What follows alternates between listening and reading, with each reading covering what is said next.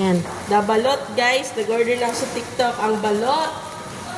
Ayan, unbox na natin.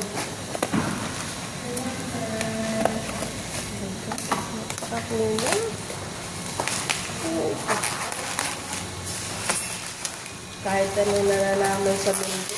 Diyos ko, pati balot ba naman sa TikTok pa? Ang daming balot sa gilid-gilid. Char lang. Wala na isa. I-check natin baka mamaya may bugok na. Okay, legit nga guys. Wala naman sira.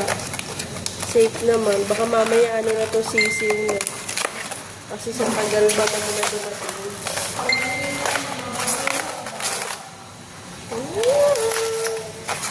Bili na kayo guys. Mura lang. 205. Okay, done.